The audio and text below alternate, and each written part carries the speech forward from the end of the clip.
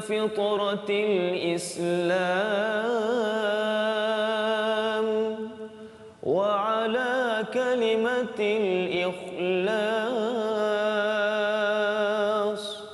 وعلى دين نبينا محمد صلى الله عليه وسلم وعلى ملة أبينا إبراهيم حنيفا مسلما وما كان من المشركين.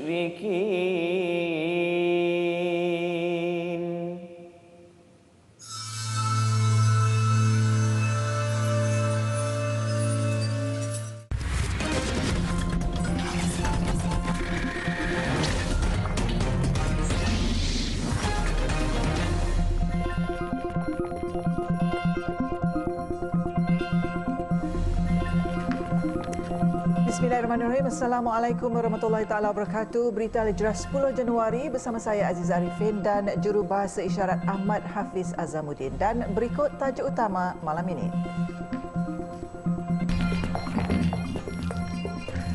Rumah Ahli Parlimen beruas di baling bahan letupan.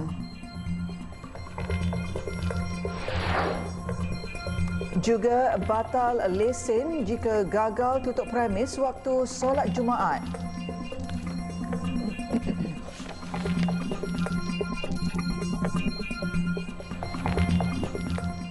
Kediaman Ahli Parlimen beruas Datuk Ngeh Kuham di Lorong Semarak Jaya Air Tawar Manjung diserang menggunakan bahan letupan molotov koktail awal pagi tadi.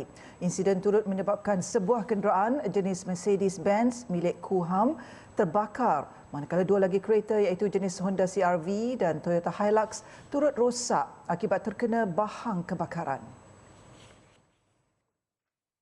Ketua Polis Perak Datuk Seri Muhammad Yusri Hassan Basri berkata, selain kereta, balingan molotov koktail itu turut membakar siling dan bumbung garaj di rumah tersebut. Tiada kecederaan dilapor dalam kejadian tersebut. Menurut Datuk Seri Muhammad Yusri, pihak Ibu Pejabat Polis IPD Manjung menerima panggilan daripada Ahli Parlimen terbabit berhubung kejadian pada pukul 2.55 pagi. Siasatan polis di lokasi kejadian turut menemui botol mengandungi bahan letupan molotov koktail. Katanya kes disiasat di bawah Seksyen 435 Kanun Keseksaan iaitu kesalahan melakukan khianat dengan api atau apa-apa bahan letupan. Beliau menasihatkan orang ramai untuk tidak membuat sebarang spekulasi yang boleh menjejaskan siasatan. Setiausaha Agong DAP Anthony Look berkata, DAP meminta Kementerian Dalam Negeri dan Polis mengambil perhatian serius terhadap kejadian itu dan perlu memastikan keselamatan dan ketenteraman awam dijaga.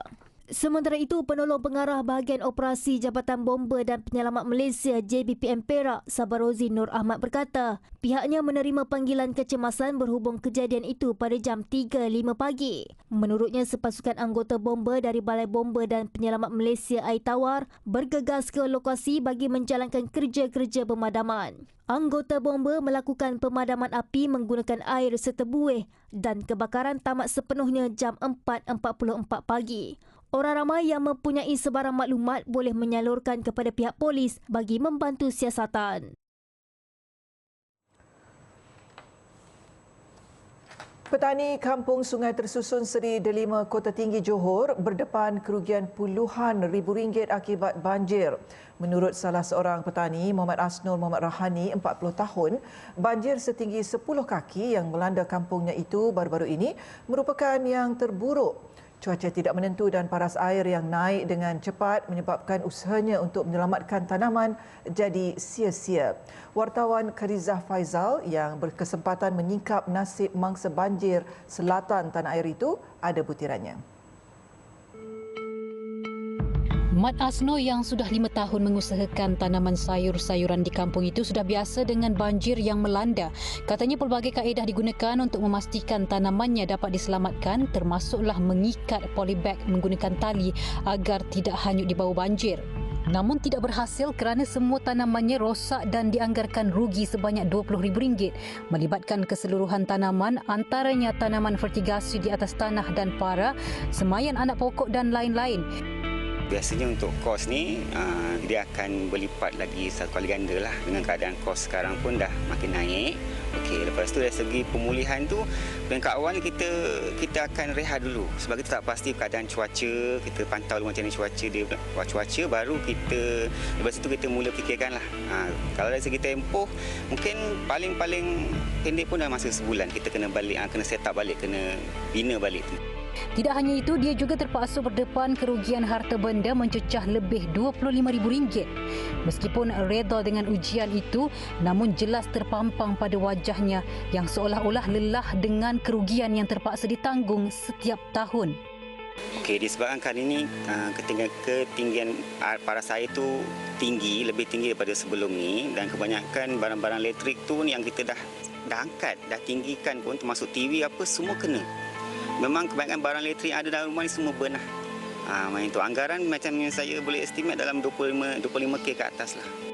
Sementara itu katanya dianggarkan puluhan rumah dan kenderaan penduduk ditenggelami air. Bagaimanapun dia berpandangan isu perparitan dan seumpamanya bukanlah faktor utama kampung itu sawan tahun menerima banjir. Melihat kepada struktur tanah dan juga bentuk geografi kampung tersusun Seri Delima ini, tiada inisiatif lain yang penduduk kampung harapkan daripada pihak berwajib kecuali diberi peluang kepada mereka untuk berpindah ke kawasan yang lebih selamat dan lebih tinggi agar mereka ini tidak perlu berdepan dengan banjir setiap tahun. Dan baru-baru ini yang terburuk pada 7 Januari lepas, setinggi 10 kaki banjir melanda kampung tersusun ini dan inilah hasilnya, kesan kepada mereka hingga menyebabkan kerugian berpuluh-puluh ribu ringgit. Laporan Khadijah Faisal bersama jurukamera Muhammad Safian Samsudin untuk Berita Al-Hijrah.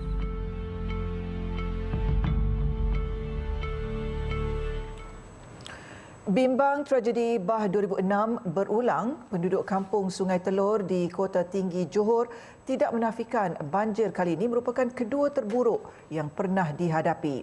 Lebih membimbangkan penduduk apabila mereka berada di kawasan banjir termenung yang dijangka surut sepenuhnya dalam tempoh 3 minggu bergantung keadaan cuaca.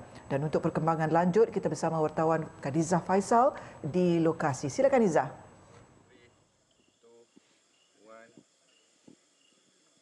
Baik, terima kasih Aziza yang berada di studio. Aziza, selepas 4 hari banjir yang berlaku di Kota Tinggi Johor ini, antara yang terburuk bermula pada 7 Januari baru-baru ini dan masuk hari keempat saya masih berada di Kota Tinggi dan ketika ini saya bersama dengan mangsa banjir sendiri ataupun penduduk kampung di sini. Satu slot yang sedikit berbeza berbanding sebelum ini saya bawakan kepada penonton Berita Al-Hijrah. Dan kalau anda boleh lihat di belakang saya ketika ini, sebenarnya saya berada di paras 12 kaki di mana sudah pun sampai ke tahap bumbung untuk tingkat yang pertama dan yang di atas ini merupakan tingkat kedua. Dan ingin juga saya bertanya kepada Encik Wahab Saini ataupun kita boleh panggil Pakcik Wahab yang berusia 56 tahun. Mungkin ada kebimbangan tragedi Bah 2006 berulang semula yang mana melepasi pada paras tingkat 2 bumbung di belakang rumah Pakcik Wahab ini sendiri. Ini kalau mengikut itu info yang saya dapat, gelombang kedua ni lebih besar pada yang sekarang ni. Itu memang membimbangkan lah. Sebab kalau yang tahun 2006 dulu memang di rumah ni memang tinggal apa namanya tu perabung je yang nampak, yang lain dah tak nampak. Dah macam laut lah senang cerita. Ini takutnya yang berlaku ni gelombang yang keduanya ni. Itu je. Jadi kalau kita tengok pada gelombang yang kedua tu mungkin dia bergantung kepada cuaca, Cik. Itu yang keduanya itu bergantung pada cuaca lah, sebab dia kemungkinan dia hujan dia sampai diramalkan sampai hari Sabtu ni. Itu. Jadi mungkin boleh ceritakan sedikit antara situasi pada hari pertama naik air itu secara mendadak itu. Air itu hari memang naik mendadak, memang dia laju. Airnya itu berlaku pada pukul pukul 3 lebih lah, lebih kurang pukul 4 gitu, air mula pasang. Sampai pukul 7 dah lebih kurang, dah peras tingkap lah, senang cerita, maknanya 4 kaki dalam masa 2 jam. Sehinggalah ke paras ini ya. Jadi Pakcik mungkin boleh ceritakan sedikit situasi di sekitar kampung kampung Sungai Teluk ini. Ada tak penduduk kampung yang masih berada di rumah yang mana rumah itu berada di ketinggian yang tinggi ataupun 2 tingkat, mereka tidak mahu pulang ataupun tidak mahu keluar daripada kawasan ini, ada tak? Setakat sekarang ni tak ada. Semua yang mana yang diarahkan keluar semua keluar. Dia sebab apa? Melibatkan kebahayaan. Kalau masalah itu harta benda itu tak masalah, yang dibimbangkan tu nyawa. Itu yang diarahkan keluar. Kalau difahamkan paras air di sini setinggi 12 kaki ini mungkin akan beransur surut 3 minggu lagi ya, bergantung pada cuaca. Jadi mungkin Pakcik rasa apa yang boleh diharapkan daripada pihak berwajib untuk mungkin memberi bantuan dan sebagainya? Itu air memang dia kemungkinan, kalau yang ikut pengalaman yang saya sudah alami dah berpuluh-puluh tahun duduk di kampung ni, dia memang kebiasaannya dia 2 minggu paling cepat lah. Itu paling cepat. Kadang-kadang sampai 3 minggu pun ada baru surut habis. Baik, terima kasih Pakcik Wahab. Jadi untuk sedikit perkongsian kepada anda ya, daripada rekod daripada bencana JKM sendiri yang direkodkan untuk jumlah mangsa setakat malam ini 7,808 mangsa daripada 2,138 keluarga dengan 52 PPS disediakan setakat ini. Dan buat masa ini itu saja yang saya dapat kongsikan dari Kota Tinggi Johor. Kita kembali kepada Aziza. Silakan Aziza. Ya, terima kasih Izzah ya di atas laporan disediakan sebentar tadi. Itu tadi Khadijah Faisal langsung dari Kota Tinggi. Kita teruskan dengan berita seterusnya. Cadangan menubuhkan pusat pelacuran untuk warga asing merupakan satu pandangan yang jauh tersasar.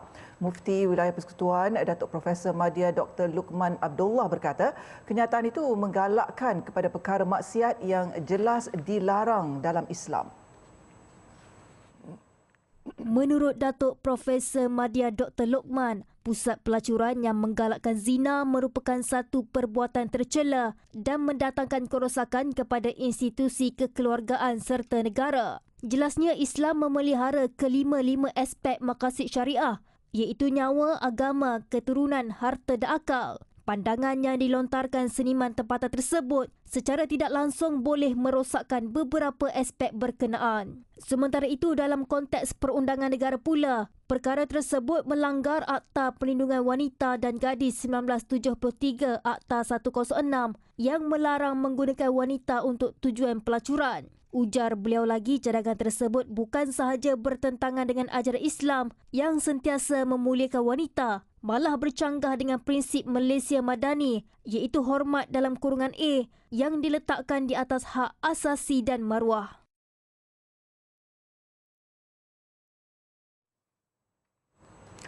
Malaysia mempunyai banyak keunikan dan aktiviti kerohanian pada bulan Ramadan yang berpotensi menarik umat Islam dari seluruh dunia merasai pengalaman berpuasa di negara ini. Timbalan Menteri Pelancongan, Seni dan Budaya MOTAK Khairul Firdaus Akbar Khan berkata, potensi itu perlu dimanfaatkan sebaiknya dan MOTAK akan melancarkan pakej pelancongan sempena Ramadan minggu hadapan sebagai usaha membawa lebih ramai pelancong ke Malaysia. Kita mahu Malaysia ni dijadikan tempat orang-orang Islam menyambut Ramadan. Kerana di Malaysia ni apabila kita menyambut Ramadan, pelbagai aktiviti kerohanian dan juga aktiviti berkaitan dengan cara kita menyambut Ramadan tu perlu dipromosikan kepada seluruh dunia, kerana kita menyambut Ramadan tu seakan-akan sebagai salah satu perayaan yang cukup besar. Itu sebabnya kita mahu memberitahu masyarakat di luar sana betapa indahnya dan betapa uniknya, cantiknya apabila mereka menyambut bulan Ramadan di negara kita. Beliau berkata demikian kepada media selepas menyambut ketibaan sekumpulan imam dari China di lapangan terbang antarabangsa Kuala Lumpur 2 KLIA 2 siang tadi. Seramai 35 imam dari 14 wilayah di China tiba di ibu negara untuk mengikuti lawatan selama 7 hari anjuran Islamic Tourism Centre ITC dan Malaysia Inbound Chinese Association MICA bagi mendedahkan keunikan Malaysia sebagai destinasi mesra Muslim menjelang tahun melawat Malaysia 2026.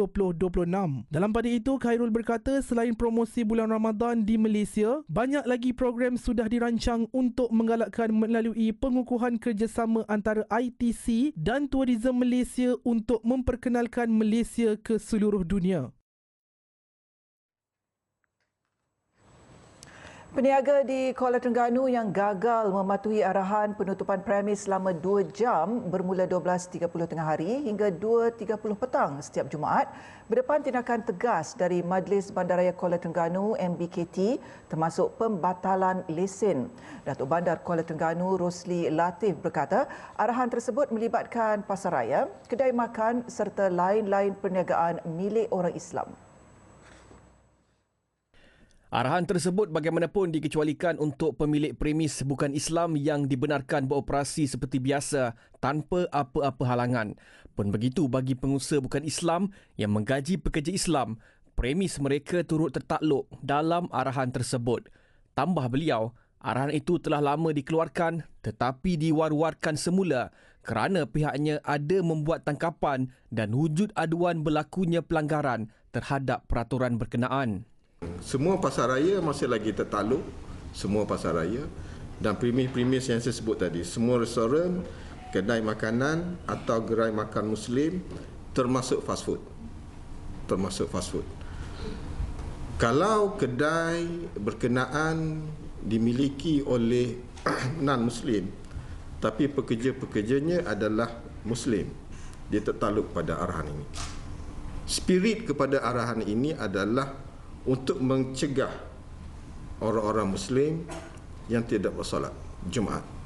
Menurut beliau, undang-undang tersebut bagi membolehkan pekerja lelaki beragama Islam menunaikan solat Jumaat yang menjadi kewajipan mereka. Sementara itu, beliau berkata pihaknya telah menerima 3 aduan terdapat majikan yang menghalang pekerja mereka daripada keluar menunaikan solat Jumaat. Dalam masa yang sama, Rosli berkata pihaknya bersedia memberi kelonggaran kepada premis kedai makan yang diuruskan pekerja wanita untuk beroperasi pada waktu tersebut.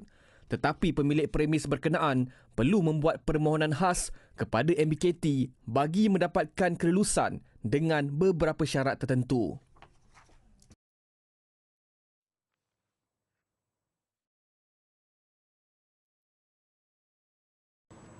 Alhamdulillah, bertemu kembali. Kementerian Dalam Negeri KDN sedang merangka rang undang-undang RUU bagi mewujudkan sebuah agensi tunggal sempadan negara SBA yang baru. Menterinya Datuk Seri Saifuddin Nasution Ismail berkata RUU berkenaan dijangka akan dibentangkan di Parlimen pada suku pertama tahun ini. Tambah Datuk Seri Saifuddin, Jemaah Menteri telah bersetuju dengan penubuhan entiti baharu SBA yang akan memakai satu nama dan beroperasi sebagai satu agensi kawalan sempadan baharu. Baik, keputusan dibuat pada mesyuarat Jemaah Menteri yang lepas dengan jangkaan bahawa pada tahun ini juga jangkaannya iaitu tidak melepasi suku pertama sidang Parlimen tahun ini. Kita ada sesi Februari, kemudian kita ada sesi second quarter kan, Julai. Jadi bermula sekarang dengan kelulusan Jemaah Menteri itu, maka KDN dan juga pejabat pegawai negara kami akan memulakan kerja untuk maksud mewujudkan atau mengadakan satu rang undang-undang baru tersebut. Beliau berkata demikian pada sidang media selepas Majlis Perhimpunan Bulanan Kementerian Dalam Negeri KDN di Putrajaya. Jelasnya penubuhan SBA baharu itu akan menjadikan kawalan di sempadan lebih cekap selain menambah baik isu membabitkan integriti. Katanya, ketika ini terdapat 23 agensi bertugas di bangunan Sultan Iskandar, 14 agensi di Kompleks Sultan Abu Bakar dan 9 di Rantau Panjang. Penubuhan SBA diumumkan Perdana Menteri Datuk Seri Anwar Ibrahim ketika pembentangan Belanjawan 2024 Oktober lalu. Langkah itu sebahagian daripada inisiatif memperkukuh tahap kesiapsiagaan pertahanan dan keselamatan negara.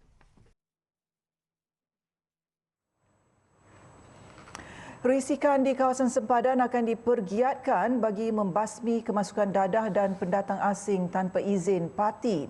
Ketua Polis Kelantan Datuk Muhammad Zaki Harun berkata ia akan dilakukan menerusi kerjasama agensi kawalan sempadan seperti Jabatan Kastam Diraja Malaysia JKDM, Jabatan Imigresen Malaysia JIM serta Angkatan Tentera Malaysia ATM selain bekerjasama dengan pihak berkuasa tempatan PBT. Mungkin tahun 2024, berdasarkan 2023, kita merancang untuk membuat satu perubahan dari segi pendekatan. Visi, misi dah rasa tak berubah kan. Jadi pendekatan tu mungkin berubah berdasarkan apa yang dibuat oleh musuh kita. Mungkin pengedaran dadah berbeza, beras pun berbeza. Sekarang ni ada kemasukan benda-benda lain di bawah makis dan sebagainya yang sebelum ni tak ada. Jadi tadi kita kena bincangkan supaya kita boleh dapatkan satu tindakan bersama yang berkesan. Beliau berkata demikian dalam sidang media selepas mempengerusikan mesyuarat bersama agensi penguatkuasa sempadan di Markas Taktikal Pasukan Gerakan Am PGA, Lubuk Stol, Rantau Panjang hari ini. Tambahnya pihaknya akan memberi fokus sepenuhnya bagi mengatasi kegiatan penyeludupan barang terlarang terutama dadah di sempadan Malaysia Thailand. Berkaitan isu parti, pihaknya mendapati warga Myanmar dan etnik Rohingya menjadi kumpulan terbesar yang ditahan sepanjang tahun lalu, membabitkan tangkapan seramai 645 individu. Polis juga bekerjasama dengan JIM menjalankan operasi membanteras warga asing di sekitar Bandar Kota Baru yang turut digelar Mini Dhaka dan berjaya menahan 238 warga asing.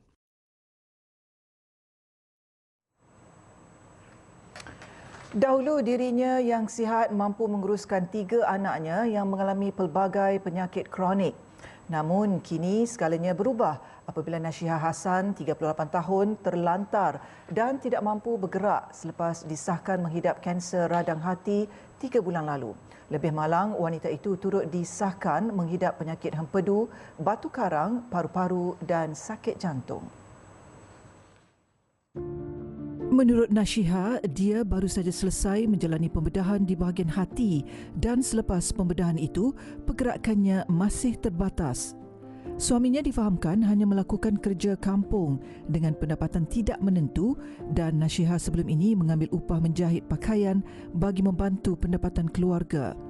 Sebelum terlantar, Nashiha menjaga 3 anaknya, Anissa Syazwani Muhammad Ghazali, 22 tahun, menghidap penyakit jantung berlubang sejak kecil dan anak ketiga, Anis Irna Najiha, 17 tahun pula, menghidap kencing manis kronik. Sebelum ni memang lekuk boleh uruh hidup semua. Tapi macam kan dulu pun sakit pun kuat, tapi ni je yang tak apa-apa nak kuat ni, belakang-belakang ni kan. Sebab dia kau tambah penyakit sini kan. Dulu saya ada jantung, paru-paru tu okey lagi. Kalau ni ya, separuh kerik jadi tak kuat ni. Sementara itu, anak kedua Nashiha, Anis Irdahanani, 20 tahun, mengidap kanser payudara. Katanya penyakit itu dikesan kira-kira 5 tahun lalu selepas mendapati terdapat ketulan kecil di payudara kirinya. Bagaimanapun, ketulan itu berjaya dikesan di peringkat awal dan menjalani pembedahan membuang ketulan itu pada tahun 2019. Menurut Anis, dia hanya bersekolah sehingga tingkatan 2 sahaja dan terpaksa berhenti sekolah sebelum menyambung pengajian di Pusat Giat Mara dalam bidang kemahiran kecantikan. Tak macam. Operasi tu 2019 lah. Operasi tahun bila tu tak faham. Masih PKP? Betul PKP ke dalam ke sebab tak boleh tunggu? 2021. Rasanya sebab tak boleh tunggu dia. Tapi sekarang dah okey dah lah. Okey, tapi still sakit. Macam lengur-lengur. Pengerusi Cancer Survivors Malaysia CSM, Zuraini Kamal, yang mengunjungi keluarga Nashiha di Taman Kota Nelayan turut menyampaikan sumbangan wang, susu, keperluan asas dan barangan dapur untuk kelangsungan hidup keluarga ini. Zuraini berkata CSM akan terus memantau keadaan Nashiha yang perlu menjalani kemoterapi dan rawatan susulan. Beliau dijangka akan menjalani pembedahan lagi selepas ini, rawatan sambungan. Apa pernafasan tak buat lagi. Dia ada banyak masalah. Jadi mudah-mudahan rawatan dapat dipermudahkanlah. Sumbangan boleh disampaikan ke akaun Bank Simpanan Nasional BSN milik Nashiha di 02995411 0037 5112 atau menghubunginya di talian 011 3927 9007.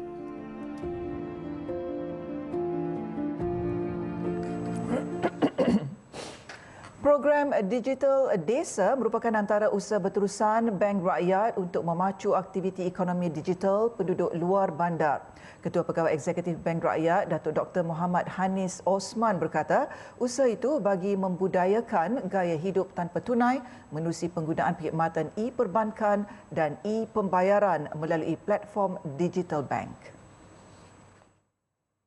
Menurut Datuk Dr. Muhammad Hanis, terbaru Bank Rakyat telah menganjurkan program Digital Desa di Kampung Tangi Nambur, Kota Belud, Sabah. Ia diadakan bagi menyediakan penyelesaian keuangan digital yang mampan dan inklusif kepada masyarakat luar bandar, termasuk perusahaan mikro, kecil dan sederhana PMKS. Tambah Datuk Dr. Muhammad Hanis, melalui program itu, Bank Rakyat turut memperkenalkan tawaran produk perbankan runcit melalui platform Bank Rakyat Quick Brick serta produk perbankan perniagaan melalui platform Quick Response to Entrepreneur QR2E untuk komuniti luar bandar. Penjaja di sekitar Kota Belud turut dibantu untuk pendaftaran aplikasi iMerchant Rakyat yang dilengkapi dengan Duit Now QR. Jelasnya, Bank Rakyat sentiasa meneroka peluang baharu untuk membantu mencapai keperluan dan jangkaan masyarakat di desa. Langkah itu bertepatan dengan nilai kesejahteraan Malaysia Madani untuk bersama-sama menikmati kemakmuran digital selaras dengan keperluan semasa.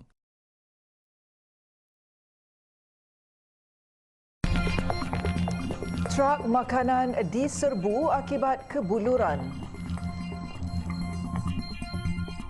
Alhamdulillah, bertemu kembali kita ke perkembangan luar negara.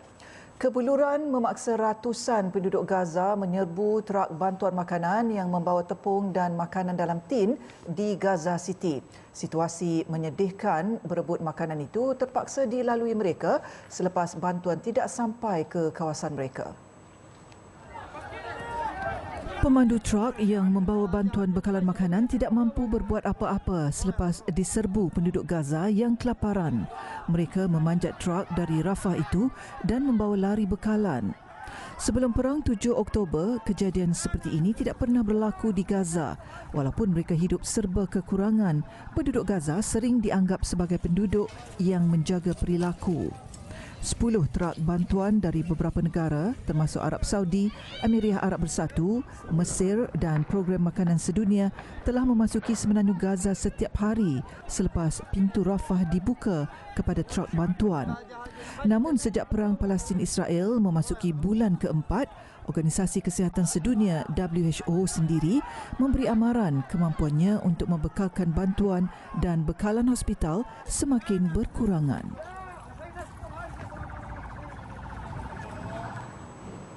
Masjid Omari dekat Gaza yang teruk dibedil tentera Zionis pada Disember lalu kini tinggal kenangan. Menara kecilnya yang dahulu masih berdiri kini menunggu masa untuk rebah. Masjid Omari merupakan sebahagian daripada bangunan warisan yang diiktiraf UNESCO. Pada asalnya, masjid itu adalah sebuah gereja pada abad ke-5 Masihi sebelum ditukar kepada masjid oleh warga Gaza selepas mereka memeluk Islam di tangan Saidina Umar Al-Khattab pada tahun 634 Masihi. Masjid ini dibina pada tahun 620 Hijrah dan ia merupakan salah satu masjid dan tapak arkeologi tertua di semenanjung Gaza yang menjadi tumpuan masyarakat dunia. Ratusan masjid Gaza hancur sejak tarikh 7 Oktober tahun lalu.